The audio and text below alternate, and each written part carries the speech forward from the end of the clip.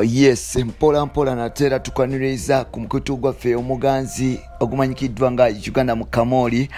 Wetwogerera Rema n'amakula finale ali lubuto lwa myezi enna. Twabagamba emabegao giringa mwezi gumu n'ekitundu nti Rema yes ali lubuto.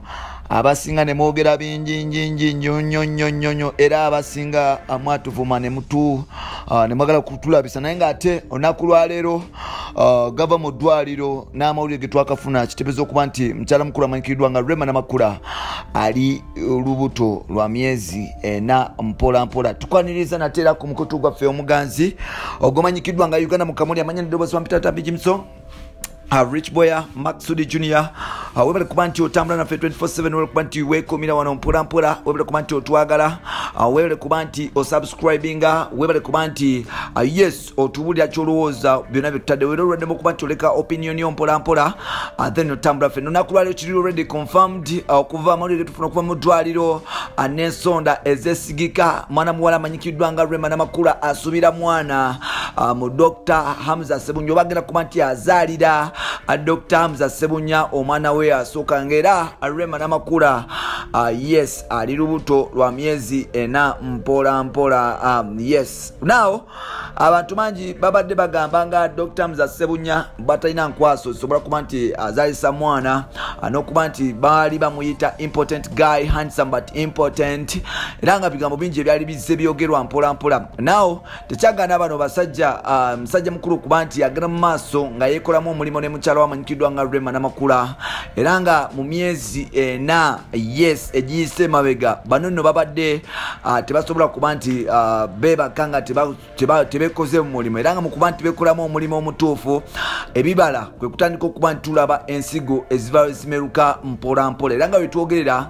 ensigo ziri ku myezi enna mpola mpola era nga tulina kuba nti tuyinza okuba nti tukungula mu maaso awo ng'amakungula ge tugamba ge mwana yes mpola mpola kuba nti beekolamu omulimu Rema ne Dr. Hamza Sebunya basuubirayo omwana mu maaso awo era nga amawulire galaganga Rema batandise okuba nti alya ku clay soil n'okuba nti aswallowinga emiyembe embisi. Rema nno ebiseera biringa omusange waka nga azanya n'abaana nnyonyo era nga Rema n'amakula abadde musanyufu nga buli kaseera ogendera musanga ne mu mudzi nga ali mu kuzanya n'abaana muwala we Amala Omusuuza bawala ba Sebunya bawala b'Abaganda b'empola mpola yabakunganya n'abakwata n'abateeka ew'empola mpola. Era nga Rema y'omu ku bakyala abanyumirwa nnyo okuba nti bajjokinga n'okuba nti buli kaseera abeera n'abaana mpola mpola. Obadde omusanga awo ewaka mu compound ng'azanya lockdown yonna naye wetwogerera bambi mukyala wattu muzito tasobola okuba nti abeera na mu compound emutsi zaakyuka Rema eva ali awo just tabitegeera. Bwano nno abamu babadde bagamba nga yes Rema basobola okuba nti addayo ewa mukulu Musuuza yes era nga mu lockdown eno of course babadde boogera mpola mpola ne Musuuza naye ng'ate mu kuba nti ali lubuto mutsi za Musuuza zigenda nga zifa era wano nno chance ya Rema okuba nti addayo ewa Musuuza ekyali ku 1%. 99 omukulu Hamza ali mu system mpola mpola era ng'eno couple yes eyinza okuba nti egenda kubeera bweti mpola mpola n'okuba nti yes Rema concentrating ku musajja we okuba nti bakuza n'okuba nti bazaala abaana mpola mpola. Tetumanyi oba Rema ayagala abaana bameka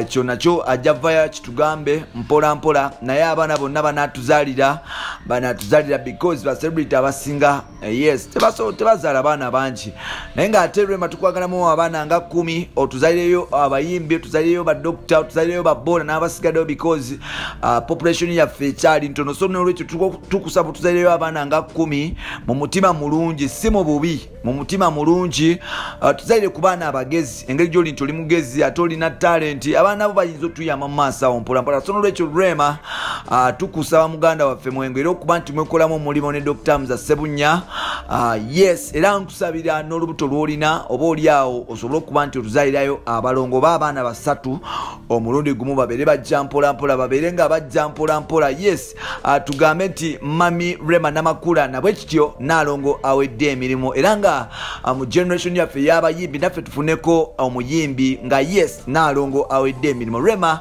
no ali lubuto yes era nga tulina essanyu okutegeeza nti anytime from now mukyala mukulu ono anaaba nga atuleetera ka baby mpola mpola. Kino nno essuubi lya musuzo okuba nti asigaza li baby lino lyaweddeyo era nga Rema musanyufu nnyo okuba nti agenda kuba nti azalira Dr. Hamza Sebunya omwana ne family ya Dr. Sebunya.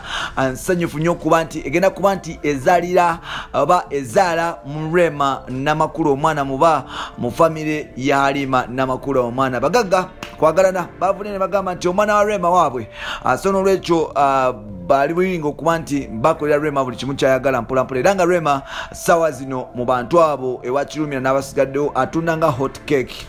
Kyayagala kyalya wayagala wagenda sente zayagala zibamuwa oluvannyuma okuba nti yaconcevinga yes abantu bayinza okulowooza waliwo bino ebigambo byabitandise nti relationship yamuza ne Rema mbo yabamafia. Sesimanyi oba kituufu oba si kituufu naye nga bino n'ebirala byebolina mu episodes zaffe ezidako nsigadde Ntambi Kimuso. Follow us on Facebook and Twitter kosa Ntambi Kimuso. Then oliwaddemu okuba nti osubscribinga gwatanaba kuba nti osubscribinga. Bye bye for now.